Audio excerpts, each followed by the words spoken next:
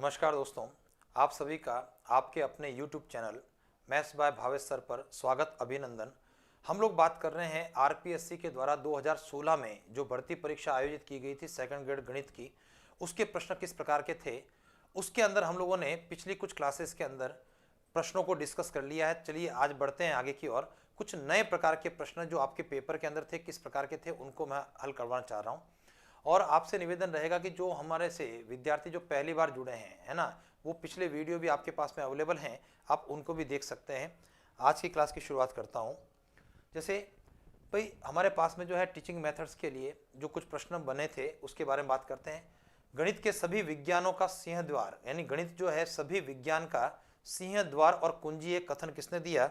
अब इस प्रश्न के लिए जो है बहुत ज़्यादा डिस्कस करने की हमें आवश्यकता नहीं है। अगर स्टेटमेंट हमारे दिमाग में है कि भाई किसने दिया था, रोजर बेकन ने, तो हम अपने प्रश्न का उत्तर फटाफट दे सकते हैं। जैसे हिंदी पढ़ते हैं, इतिहास पढ़ते हैं वैसे, क्योंकि यहाँ पर कोई फॉर्मूला नहीं है, कोई कॉन्सेप्ट आपका विशेष नहीं है, सीधा स्टेटमेंट रोजर बेकन का है।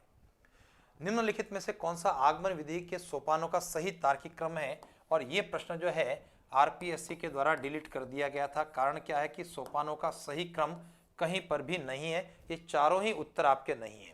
सही क्रम क्या है आगमन विधि का, मैं उसके बारे में आपसे बात कर लेता हूं कि भी आगमन विधि में सबसे पहले जो है उदाहरण का प्रस्तुतिकरण होता है, यानी उदाहरण आपके द्वारा लिए जाते हैं, ठीक है। उसके बाद में उदाहरणों का जो परिणाम है उन परिणामों का विश्लेषण किया जाता है। विश्लेषण करने के बाद में उसको सामान्यीकरण किया जाता है, जनरलाइजकरण करते हैं, और सामान्यीकरण करने के बाद में वहां से उसको और हम अन्य उदाहरणों के ऊपर, ठीक है ना, और उसको चेक आउट हम लोग करते हैं, ठीक है ना। तो सामान्यीकरण करने के बाद में वापस जो है उसको चेक करना, चेकिंग और दोबारा से अन्य के लिए, ठीक है।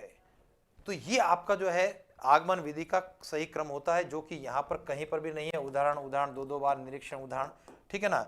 और चेकिंग करने का मतलब यहाँ पर है कि अन्य उदाहरण को लेकर के, यानी अन्य उदाहरण के ऊपर जो आप उसको जो है प्रमाणीकरण कर रहे हैं, उसको चेक भी आप उसको कर रहे हैं। तो फिलहाल इसके अंदर जो आपका उत्तर था उसमें कोई भी ऑप्शन नहीं था और आरपीएससी के द्वारा ये प्रश्न डिलीट कर दिया गया था। चले आगे बढ़ते हैं। निम्नलिखित में से कौन सा निगमन विधि का शिक्षण सूत्र नहीं है। आगमन विधि पढ़ी है, गणित के निगमन विधि की बात पढ़ी है, तो निगमन विधि का शिक्षण सूत्र सामान्य से विशिष्ट, ये शिक्षण सूत्र है। सूक्ष्म से स्थूल, ये सूक्ष्म है आपका। सूत्र से उदाहरण, ये आपका है। और स्थूल से सूक्ष्म, ये आपका शिक्षण सूत्र नहीं है। तो ऑप्शन नंबर 4 आपके प्रश्न का परिणाम रहा। चलें आगे की तरफ बढ़ते हैं। पाठ योजना प्राप्त की जाने वाली उपलब्धियों के कथनों और विशिष्ट तरीकों को प्रदान किया गया एक शीर्षक है। यानी कुल मिलाकर पाठ योजना की डेफिनेशन की बात की गई है और इसके द्वारा शिक्षक के मार्गदर्शन में दैनिक क्रियाओं के परिणाम स्वरूप उन्हें प्राप्त किया जाता है। यह कथन एन.एल. बॉसिंग का कथन है, यानी पाठ योजना शब्द की डेफिनेशन दी गई है बॉसिंग के द्वारा। चलिए आगे बढ़ते हैं। इकाई उपागम किस मनोविज्ञान पर आधारित है, तो ये गेस्टॉल्ट मनोविज्ञान, इसके ऊपर इकाई उपागम ये आधारित है। अगला जैसे प्रश्न है, प्रायोजना विधि यानी प्रोजेक्ट की बात हो रही है, के सोपान किस प्रकार के हैं। तो आपके दिमाग में तुरंत आना चाहिए कि प्रायोजना विधि के लिए क्या होता है। सबसे पहले सिचुएशन आपके पास में होनी चाहिए, है ना। तो नंबर 1 पर आप परिस्थिति को उत्पन्न करने वाली बात करेंगे, यानी एक स्थिति आपके पास में हो, उसके लिए आप क्या करने वाले हैं, प्लानिंग करेंगे प्रोजेक्ट के लिए, प्रोजेक्ट का चुनाव कि भाई इस स्थिति के लिए क्या प्रोजेक्ट किया जा सकता है, काम कर सकते हैं, उसके उद्देश्य निर्धारण की बात होगी। उसके बाद में जब प्रोजेक्ट का चुनाव हो गया तो फिर प्रोजेक्ट की कार्य योजना बनेगी कि किस प्रकार से उस प्रोजेक्ट को कार्य योजना करना है। फिर उसके बाद में उसका क्रियान्वयन होगा, कार्य होगा, और उसके बाद में जो है उसका मूल्यांकन किया जाएगा और मूल्यांकन करने के बाद में उसका लेखा जोखा रखा जाएगा। तो देखिए हमारी स्थिति क्या है। सबसे पहले नंबर 3 से शुरुआत होगी, तो 1 और 2 तो नहीं हुआ। 3 के बाद में है 1, ठीक है। 1 के बाद में है 2, बिल्कुल सही है। और उसके बाद में होगा आपका 5। इन देखो आप देख रहे हैं सर, यहां तक तो ये रिजल्ट आपके कॉमन आ रहा है, 3 1 2 5।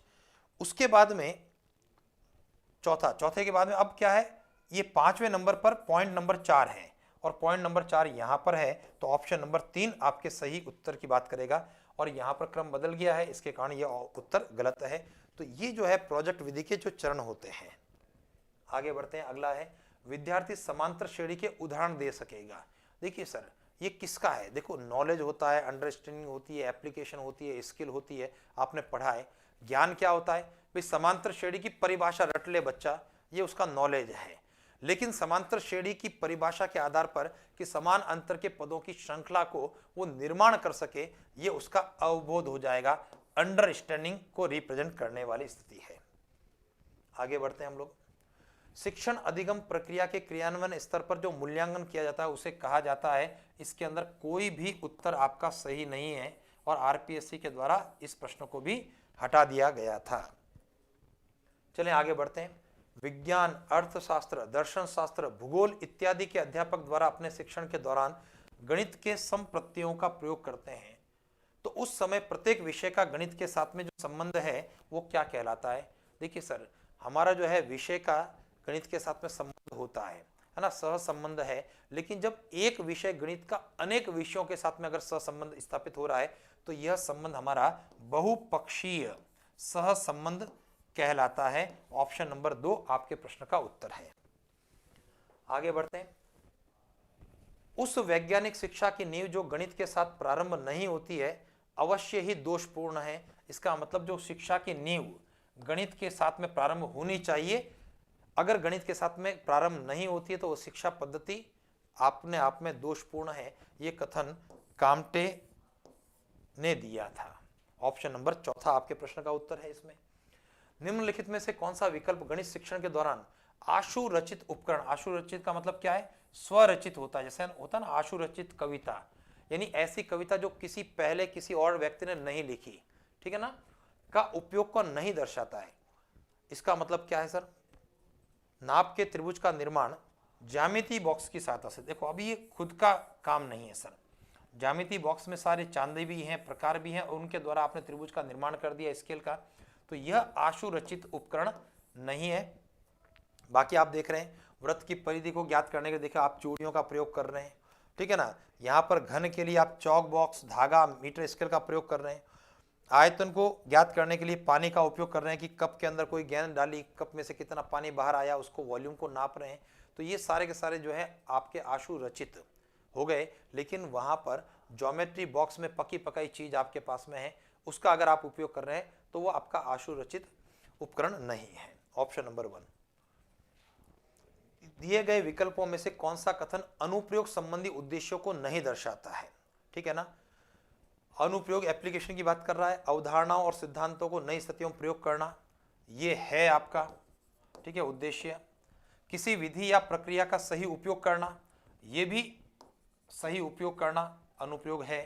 दिए गए आंकड़ों की सहायता से ग्राफ चार्ट का विकास करना, बिल्कुल एप्लीकेशन के अंदर ग्राफ बनाना है, चार्ट बनाना है, त्रिभुजों की रचना है, सारी एप्लीकेशन की बात होती है। तो इसका मतलब जब तीनों हैं तो कौन नहीं है?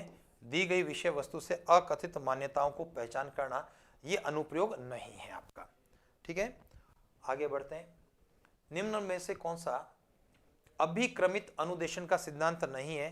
देखिए सर, अभिक्रमित अनुदेशन के अंदर लघु पद का सिद्धांत है, स्वगति बच्चा अपने खुद की गति से सीख सकता है, वह है। तत्काल प्रतिपुष्टि, तुरंत प्रश्नों का उत्तर उसको मिल जाता है, वह है। इसका मतलब कौन नहीं है? अमूर्तता का सिद्धांत, यह अभिक्रमित अनुदेशन का सिद्धांत नहीं है। ये छोटे छोटे पद में छोटे छोटे सवाल, हाँ ना के अंदर, एक शब्दों के अंदर एक पंक्ति में उत्तर, और उस उत्तर को देने के साथ में तुरंत उसका उत्तर देखना, उसके बाद में जो है सही है तो आगे बढ़ना, सही नहीं है तो उसके कॉन्सेप्ट पर जाना, यही तो है अभिक्रमित अनुदेशन, ठीक है। चलो, निम्नलिखित में से कौन सा श्रव्य दृश्य सामग्री के उपयोग हेतु सही उद्देश्य नहीं है? भाई श्रव्य दृश्य सामग्री क्या करेगा कि भाई आपकी रुचि को डेवलप करेगा, है ना, इंटरेस्ट बढ़ाएगा, सीखने में आपको सहायता करेगा। तो ये सब चीजें हैं कि सीखने की गति में सुधार, ये उद्देश्य आपका हो गया है।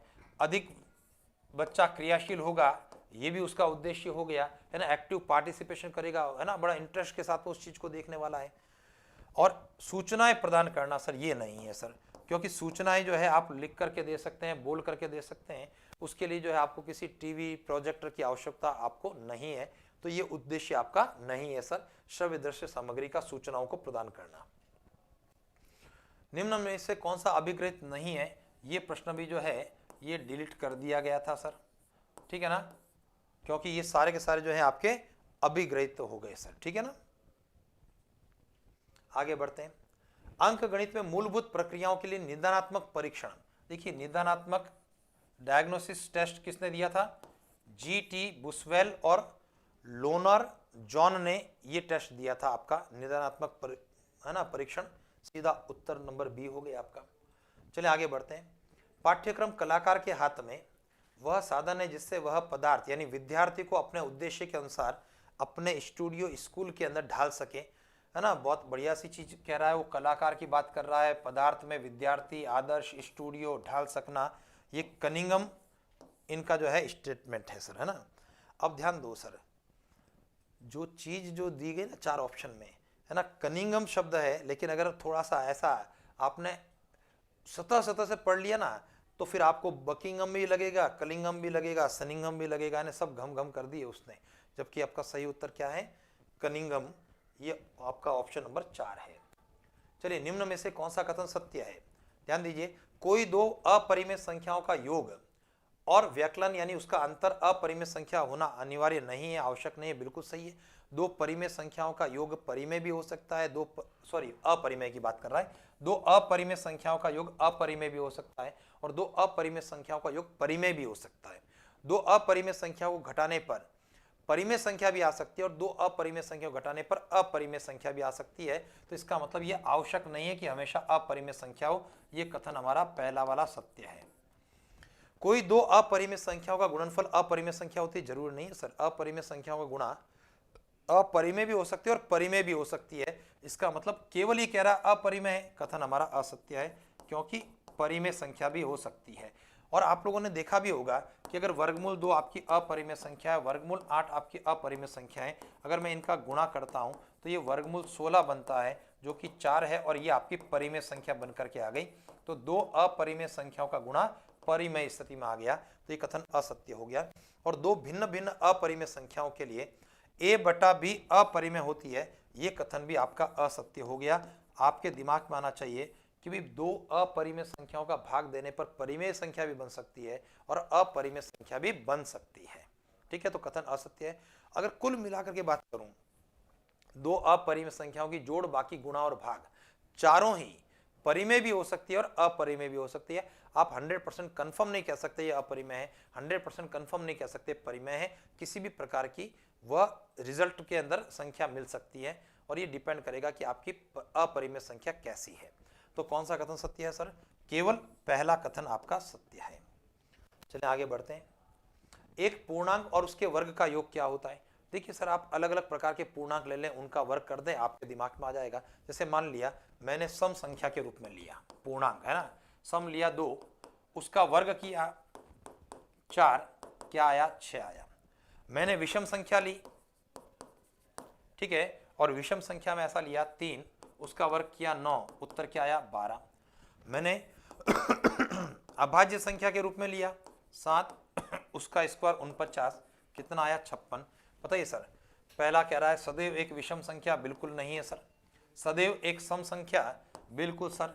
100% हर स्थिति में आपको सम संख्या प्राप्त हो रही है। समझ गया मैं बात? आ गई सर। तो आपके प्रश्न का उत्तर रहा 124 का ऑप्शन नंबर बी रहा। चलें आगे बढ़ते हैं सर। अगला प्रश्न है, वर्गमूल 1452 बटा 1872 कैसी संख्या है? देखिए सर, अगर इसका वर्गमूल निकल जाता है तो हम इसको परिमेय संख्या कह सकते हैं। अगर 1452 का पूरा वर्गमूल नहीं निकलता तो अपरिमेय संख्या हो जाएगी। और वर्गमूल निकलने के बाद में अगर कट जाता है तो हो सकता है वो प्राकृत पूर्णांक की कोई स्थिति जो बने वो हो सकती है। तो मेरा सारा का सारा खेल है 1452 का वर्गमूल निकालना, है ना। दो के जोड़े पूरे बन जाते हैं, इसका वर्गमूल निकलता है तो परिमेय और इसका वर्गमूल नहीं निकलता तो अपरिमेय।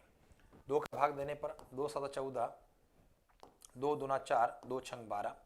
2 का भाग देने पर 2 तिया 6, 2 छंग 12, 2 तिया 6, 2 छंग 12 और 2 तिया 6 वापस से।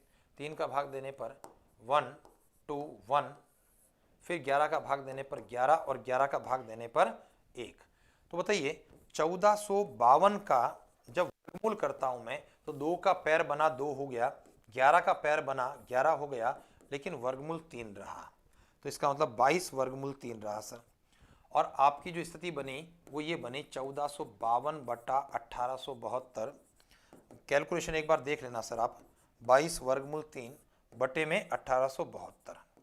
ठीक है, 2 का भाग देने पर उसका आधा करने पर 26 दूना 52 60। ठीक है, 2 का भाग देने पर 2 तिया 6, 2 छंग 12, 2 तिया 6, 3 का भाग देने पर 121 मैं समझता हूँ। ठीक है, तो इसके अंदर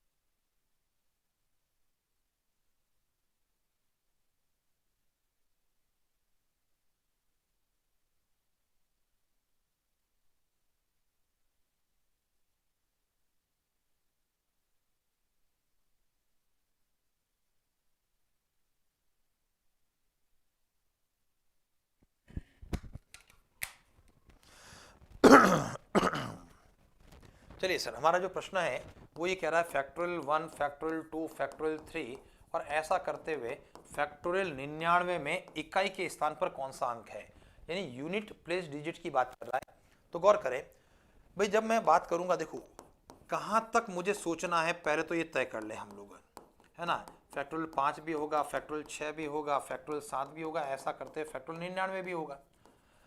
देखो इसका मतलब होता है 1, फैक्टोरियल 2 का मतलब 2, फैक्टोरियल 3 का मतलब 6, फैक्टोरियल 4 का मतलब कितना हो गया 24, और फैक्टोरियल 5 का मतलब 120, 6 का मतलब 720। यानी इसके आगे जब बढ़ोगे आप, फैक्टोरियल 7 का मतलब 5040, तो जैसे जैसे आगे बढ़ोगे इकाई का अंक आपका 0 ही रहने वाला है सर, क्योंकि 5 आ चुका है, 5 का 2 से गुणा हो गया, 10 का 0 बन चुका है हमारा।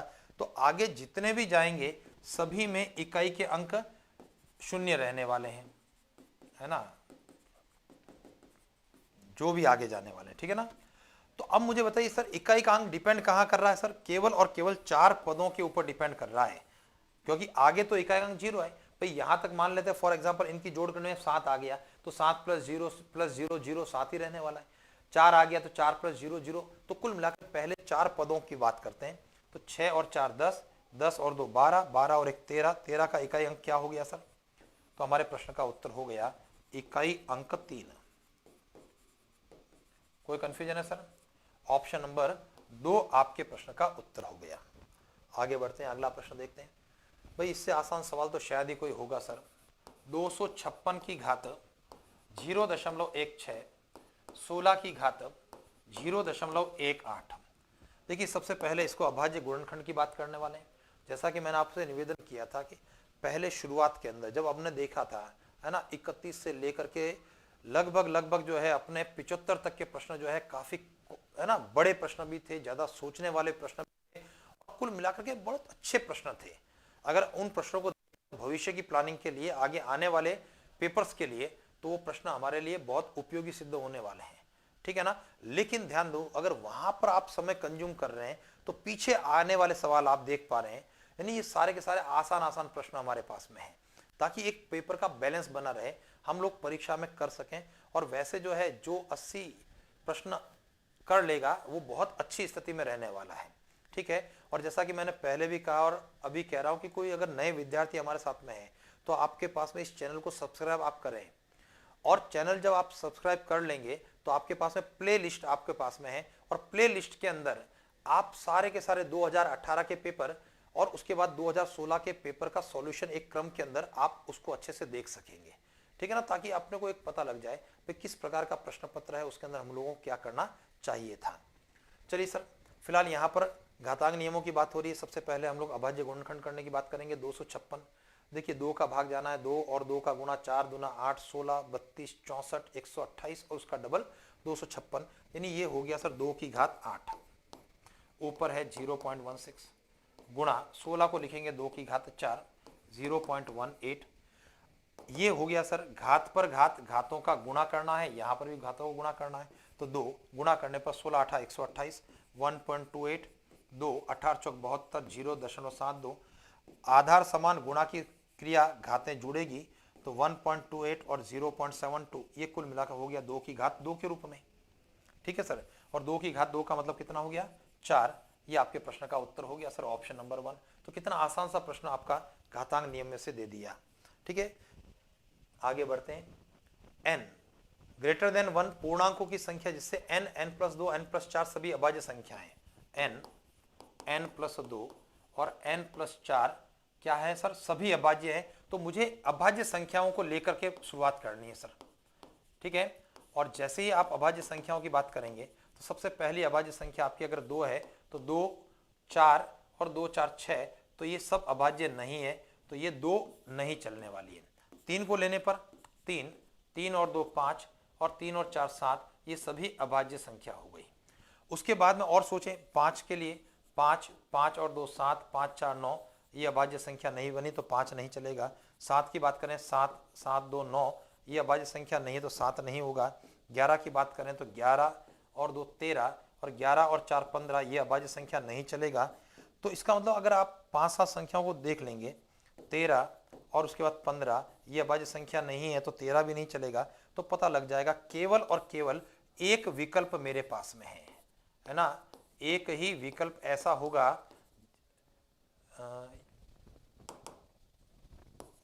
जिसके द्वारा ये तीनों अभाज्य संख्या प्राप्त हो रही है। तो देखिए हमारे पास में केवल एक विकल्प है ना, n पूर्णांकों की संख्या और n केवल एक ही पूर्णांक है और वो पूर्णांक 3 है। उस 3 के लिए 3, 3+2 यानी 5 और 3+4 7, ये तीनों आपकी अभाज्य संख्या हो जाएगी। आपका ऑप्शन नंबर 4 हो गया। आगे बढ़ते हैं। 59 की घात 28 में 7 का भाग देना। 59 की घात 28 में 7 का भाग देने पर शेष कितना है। और ध्यान दीजिए भाई, ऐसा प्रश्न जो है आपके 2018 की परीक्षा में बना था और वो चूंकि हम लोग डिस्कस कर चुके हैं और आप लोगों ने देखा होगा, सेम टू सेम ऐसा ही कॉन्सेप्ट आपको यूज करना चाहिए। देखिए सबसे पहली चीज, यहां पर ये 7 कैसी संख्या है सर, अभाज्य संख्या है। ठीक है ना, ये अभाज्य संख्या होनी चाहिए। अब मैं यहां पर बात कर रहा हूं 59 में अगर मैं इस अभाज्य संख्या 7 का भाग देता हूं तो बताइए शेष कितना होगा। तो तुरंत दिमाग में क्या चीज आनी चाहिए भाई, 7 का भाग 7 8 56, शेष 3 बच जाएगा। अब मैं इसका स्क्वायर करते हुए आगे बढ़ूंगा। 59 का स्क्वायर में अगर 7 का भाग दूंगा तो देखिए हम लोग कहते हैं किसी संख्या में अभाज्य संख्या का भाग देने पर कोई शेष आया, जैसे फॉर एग्जांपल एक प्राइम नंबर p है और p में किसी संख्या का भाग दिया और शेष फॉर एग्जांपल आपका a आ गया, और उस p स्क्वायर में अगर उसी संख्या का भाग दूंगा तो चूंकि पहले शेष a आया था, अब शेष a स्क्वायर आएगा। तो यहां पर शेष क्या रहा सर, जब 59 में 7 का भाग देता हूं तो शेष 3 है। 59 के स्क्वायर में 7 का भाग देता हूं तो शेष 3 का स्क्वायर 9 है, और 9 में जब 7 का भाग दिया तो शेष वास्तव में कितना बना, तो ये शेष आपका 2 हो गया। आगे बढ़ते हैं, इसका और स्क्वायर किया तो शेष क्या रहा, 2 का स्क्वायर, 4 शेष रहा, बिल्कुल ठीक है। उसके बाद में और स्क्वायर किया तो 8 आया। अब शेष कितना रहा, 4 का स्क्वायर यानी कि 16, और 16 में 7 का भाग देने पर शेष कितना, 2 रहा। फिर मैं 59 की घात 16 की बात करूंगा भाग 7, तो आपका शेष कितना रहा, 2 का स्क्वायर, 4 शेष रहा। अब इसके आगे बढ़ूंगा तो 16 की घात 2 लगाने पर 32 हो जाएगा, जो आगे बढ़ जाएंगे। तो इसका मतलब मुझे वापस से ध्यान देना, अब 59 की घात 28 को मैं ऐसे तोड़ करके लिखूंगा, 59 की घात 16, 59 की घात 8 और 59 की घात 4 और भाग 7 में शेष। तो कुल मिला के देखें सर कि जब मैं इसमें भाग देता हूं 7 का तो शेष है आपका 4, जब मैं इसमें भाग देता हूं पावर 8 में तो शेष है 2, और जब पावर 4 में भाग देता हूं तो शेष है आपका 4, भाग 7 में शेष। तो कुल मिलाकर के हो गया सर 4 चौक 16 और 16 दूना 32 भाग 7 में शेष, और 32 में 7 का भाग देने पर शेष 7 चौक 28, शेष कितना बचेगा, 4। ये आपके प्रश्न का उत्तर हो गया। ऑप्शन नंबर 2 आपके प्रश्न का आंसर है। ठीक है, तो 2016 में भी 2018 में भी इस पैटर्न का आपका प्रश्न बन करके आया है। चलिए सर आगे बढ़ता हूं। दिए गए चित्र में AC BD के बराबर है तो कौन सा स्टेटमेंट सही है सर, इससे आसान प्रश्न नहीं हो सकता सर। देखिए हम कह रहे हैं AC BD के बराबर है। चलो AC को मैं तोड़ करके लिख रहा हूं और BD को तोड़ के लिख रहा हूं। ए सी को क्या लिख सकता हूं मैं, ए सी को लिख सकता हूं A B plus B C के रूप में, और बी डी को क्या लिख सकता हूं B C plus C D के रूप में। दोनों पक्षों में बी सी कट गया, तो हमारा परिणाम क्या रहा, ए बी बराबर सी डी। ये आपके प्रश्न का परिणाम हो गया, और कहीं है क्या, ए बी बराबर सी डी, ऑप्शन नंबर 3 आपके प्रश्न का उत्तर है। ठीक है सर, तो चलिए सर, आज की इस क्लास में हम लोग इतनी बात करने वाले हैं। उम्मीद करता हूं कि आपको समझ में आया होगा। हम लोग जो है एक क्लास और लेने वाले हैं, इसके बाद जो है 131 से लेकर के 150 प्रश्न, और अगली क्लास के साथ में जो है हम 2016 का प्रश्न पत्र पूरा कंप्लीट हम लोग कर चुके होंगे। ठीक है सर, तो उम्मीद करता हूं कि अगली क्लास में भी आप लोग इसी प्रकार से बने रहेंगे। आप सभी का बहुत बहुत धन्यवाद। Thank you sir.